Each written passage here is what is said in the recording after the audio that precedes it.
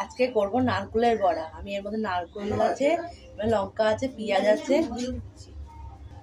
আমি এর মধ্যে বেসন দিয়ে দিচ্ছি। আমি একটু নুনও দিয়েছিলাম আগে। আমি দিয়ে এবার মেখে নেব।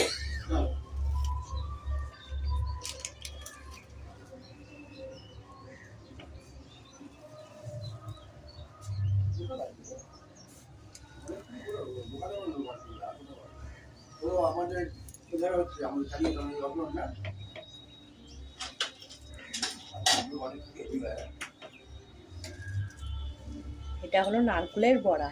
এর মধ্যে পেঁয়াজ দিয়েছি, লঙ্কা দিয়েছি, বেসন দিয়েছি, নুন দিয়েছি, দিয়ে মেখে নিচ্ছি।